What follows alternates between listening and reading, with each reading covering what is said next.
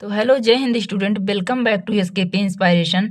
तो स्टूडेंट कैसे हैं आप सब लोग। आशा करते हैं कि आप सब लोग अच्छे होंगे और अपनी पढ़ाई को बेहतर तरीके से जारी रखे होंगे। तो आपका इंग्लिश का पेपर कैसे गया स्टूडेंट, कमेंट में जरूर बताना। और आज की इस वीडियो में हम कक्षा 12 विज्ञान जीव विज्ञान के सभी महत्वपूर्ण 2 अथवा 3 नंबर वाले सभी महत्वपूर्ण प्रश्न लेकर आए हैं।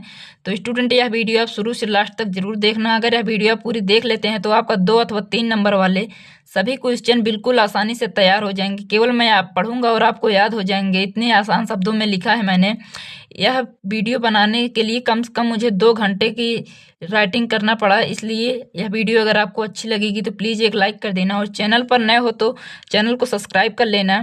इसी प्रकार से इस चैनल पर लगातार वीडियो आती रहेगी सभी विषय के ऊपर। तो चलिए स्टार्ट करते हैं। पहला प्रश्न है, अनिषेक जनन क्या है, अर्थात अनिषेक जनन क्या होता है। कोई भी प्रश्न है उत्तर यही सेम रहेगा। आप लिखेंगे जब बिना निषेचन के ही नए जीव का निर्माण हो जाता है तो इसे अनिषेक जनन कहते हैं, जैसे मधुमक्खी और कुछ छिपकलियां। ओके, समझ में आया। तो दूसरा है, अनिषेक फलन क्या है, या अनिषेक फलन किसे कहते हैं। बिना निषेचन के फल बनाने की क्रिया को अनिषेक फलन कहते हैं, जैसे केला, अंगूर, और ये फल बीज रहित होते हैं। आपको समझ में आया, आशा करते हैं समझ में आया होगा। और चलिए अगले टॉपिक पर बढ़ते हैं। दोहरा निषेचन क्या है, अर्थात दोहरा निषेचन किसे कहते हैं। आवृतबीजी पौधों में एक नर युग्मक का अंड कोशिका से और दूसरा का द्वितीयक केंद्रक से मिलना दोहरा निषेचन कहलाता है। इसकी खोज किसने की थी, नवाचिन ने की थी। इसमें यह भी पूछा जाता है दोहरा निषेचन की खोज किसने की, तो यहाँ पर आप लिख दीजिएगा नवाचिन ने। और प्रश्न 4, विपुंसन से क्या तात्पर्य है। संकरण प्रयोग के दौरान किसी द्विलिंगी पुष्प से परागकोश को काटकर निकाल देना विपुंसन कहलाता है, ताकि स्वपरागण ना हो सके। अर्थात विपुंसन काट जो परागकोश होता है द्विलिंगी पुष्प से, उसको काट कर निकाल देना विपुंसन कहलाता है। ओके, तो अगले टॉपिक पर पढ़ते हैं। भ्रूणपोष के कार्य लिखिए। भ्रूणपोष के क्या क्या कार्य हैं, तो भ्रूणपोष के कार्य हैं, भ्रूणपोष का मुख्य कार्य है विकासशील भ्रूण को पोषण प्रदान करना। जो भ्रूण होता है विकसित करने के लिए विकासशील भ्रूण को यह पोषण प्रदान करता है और यह बीज के अंकुरण में मदद करता है। जो बीज अंकुरित होते हैं भ्रूणपोष के कारण ही होते हैं। अगर भ्रूणपोष ना हो तो बीज अंकुरण नहीं होता है। आप इसके 2 महत्वपूर्ण कार्य याद कर लीजिए। पहला, भ्रूणपोष का मुख्य कार्य है विकासशील भ्रूण को पोषण प्रदान करना, यह बीज के अंकुरण में मदद करता है। तो चलिए अगले टॉपिक पर बढ़ते हैं। प्रश्न 6 बहुत इंपॉर्टेंट प्रश्न है जो प्रत्येक वर्ष बोर्ड एग्जाम में पूछा जाता है। प्रश्न नंबर 6, टेस्ट ट्यूब बेबी या परख नली शिशु क्या है। तो इसमें आप लिखेंगे कि इसमें अंडाणु तथा शुक्राणु का निषेचन शरीर के बाहर लैब में किया जाता है और फिर जो भ्रूण बनता है, जो बने हुए भ्रूण को माता के गर्भाशय में स्थापित कर दिया जाता है। इसे ही टेस्ट ट्यूब बेबी या परख नली शिशु कहते हैं। तो आपको आशा करते हैं समझ में आया होगा। तो बढ़िए अगले टॉपिक पर बढ़ते हैं। जनसंख्या विस्फोट के 2 कारण।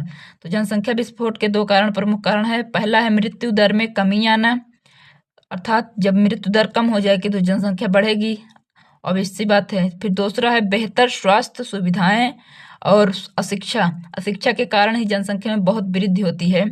तो अगला टॉपिक है प्रश्न 8, सह प्रभाविता क्या है।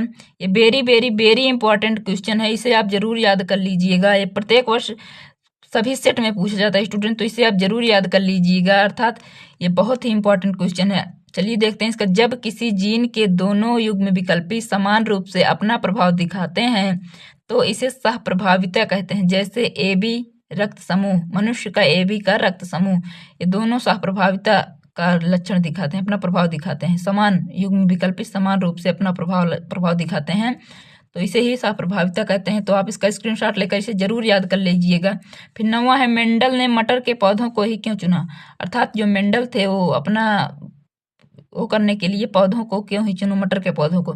तो इसमें लिखेंगे आप, क्योंकि मटर का जीवन चक्र बहुत छोटा होता है, इसमें अनेक विरोधी लक्षण पाए जाते हैं और इसे आसानी से बगीचे में उगाया जा सकता है, इसलिए मेंडल ने मटर के पौधों को ही चुना।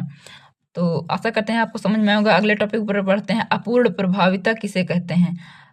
आप सह प्रभाविता समझ लिए, इसके बाद अपूर्ण प्रभाविता किसे कहते हैं। अर्थात जब प्रभावी लक्षण पूरी तरह से छिप नहीं पाता और एक नया बीज का लक्षण दिखाई देता है, उसे ही अपूर्ण प्रभाविता कहते हैं। जैसे मिराबिलिस जलापा के लाल और सफ़ेद फूल से गुलाबी फूल का बनना। अर्थात जब मिराबिलिस जलापा के लाल और सफ़ेद फूल आपस में संकरण करते हैं तो वो दोनों के लक्षण दिक्षिप्त नहीं पाता, तो दोनों के लक्षण आ जाते हैं, उसमें गुलाबी फूल बन जाता है। इसे ही अपूर्ण प्रभाविता कहते हैं। तो समझे आप, समझ में आया होगा। तो अगले टॉपिक पर बढ़ते हैं। अगला प्रश्न है डीएनए और आरएनए में दो अंतर लिखो।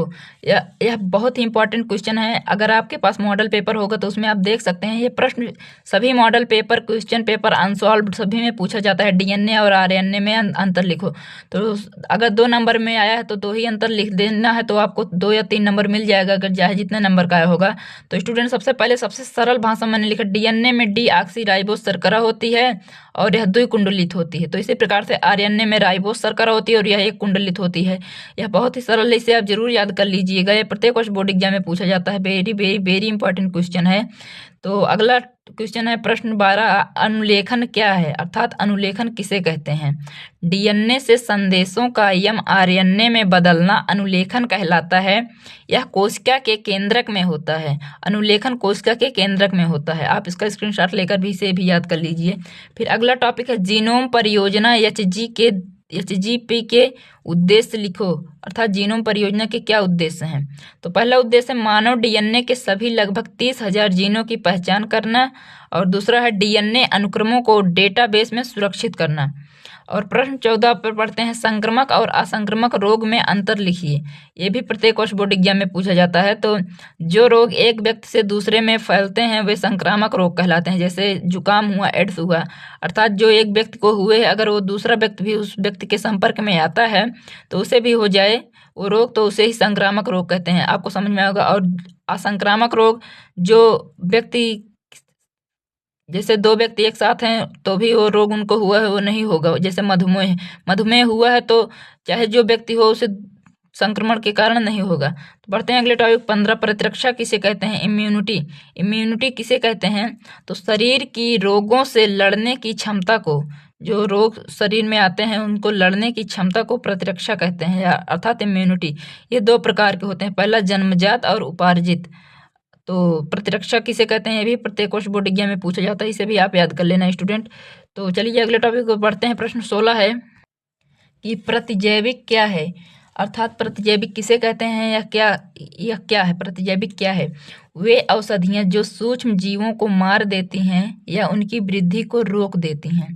प्रतिजैविक जो सूक्ष्म जीव होते हैं उनको मार देती हैं, उनके वृद्धि मतलब वो जो वृद्धि करते हैं, अधिक हो जाते हैं शरीर में, उनको मार देती हैं, उसे ही प्रतिजैविक कहते हैं। जैसे पेनिसिलिन को प्रतिजैविक कहा जाता है।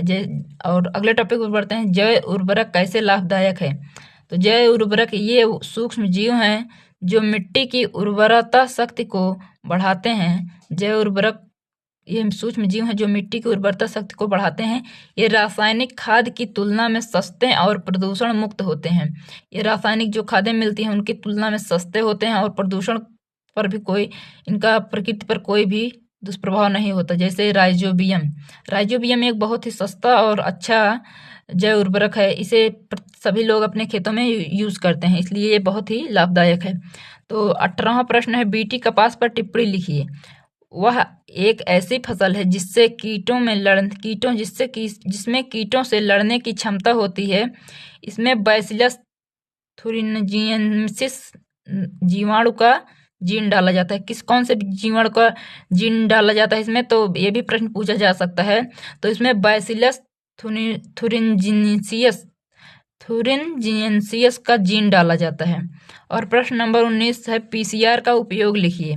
पीसीआर का क्या प्रयोग किया जाता है? कहाँ पर इसका उपयोग होता है? तो इसका उपयोग डीएनए की लाखों प्रतियां बनाने में इसका उपयोग किया जाता है, जिससे कि रोग की जांच करने और अपराधी की पहचान करने में होता है।